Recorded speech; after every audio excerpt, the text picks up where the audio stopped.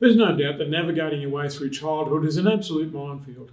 If learning to read and write isn't enough of a challenge, just think for a moment about navigating the complexities of the playground, the power plays in the classroom, and the intricacies of relationships with older or stronger siblings.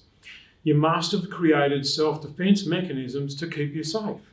For example, if you were sure you'd die of embarrassment if you had to give a speech, the chances are good that you figured out how to duck the opportunity whenever it came up, even if you had something to say. If you found yourself lost for words in arguments, it would soon become obvious that you should avoid confrontation of any sort at any time, particularly with people who looked or sounded confident of themselves going in.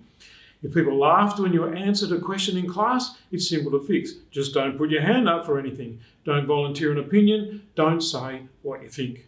It's pretty smart and pretty necessary when you're young. For me, personally, disagreeing with my father would result in derision, belittlement, name-calling, or even a belting. Now, I preferred the beltings because my body recovered quicker than my heart, but that's a story for another day. So let's get back to surviving. As I said, we develop strategies that minimise harm to ourselves. That's not actually the problem.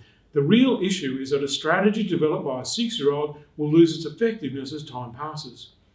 In fact, it will develop into a full-blown personality problem with no apparent solution. Let's take that embarrassing answer you might have given in class where the kids all laughed. The most obvious strategy is to stop putting your hand up and answering questions.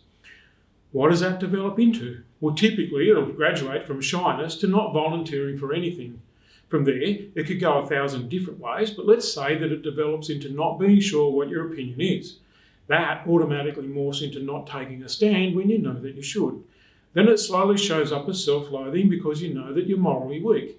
The self-loathing or hatred becomes a reason for feeling unworthy of anything good, right, decent or proper. This unworthiness turns into a belief that you're actually fundamentally flawed, that there is something really wrong with you. This conviction can and will stay for life. It affects every relationship, every goal, every target, your health, your mental fitness, your emotional well-being, you name it. And then one day you realise you pass it on to your kids. And if ever there was a reason to dislike yourself, it's when you realise that you've passed on the thing you hate most about yourself to the people that you love the most. And the problem is that we didn't find another way to survive. Under those circumstances, we just kept doing what used to work quite well, but we stopped working too slowly for us to notice. A strategy morphed into a mindset, a bunch of beliefs that gradually turned into the walls of a prison. And by far the most effective jail is the one that no one thinks to break out of. Stuck in a hellhole of our own making, all we can think to do is wish that it was another way, whilst resigning ourselves to the way that it is. Yet breaking out is relatively simple and far less painful than staying incarcerated. It becomes a matter of realising that you need to do something simply because you don't want to. Take bungee jumping as an illustration. 20% of bungee jumpers are thrill seekers.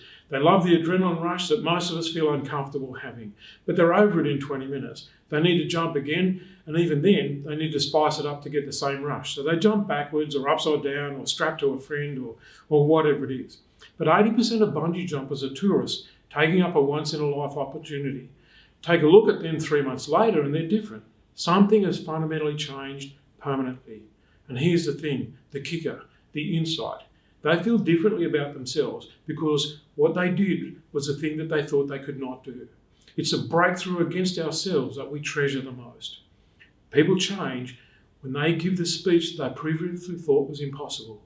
The talk that they've studiously avoided for 25 years actually liberates them. People see the entire world differently when they lose the 15 kilos that they should have dumped 30 years ago. They admit that the weight is disappearing is good, but they say that that's the smallest of the benefits. They're more positive about everything, open for another challenge and ready to do more, be more and have more. Really, what I'm talking about is mindset. When someone says I can't, that's actually a lie. Of course they can, they just won't.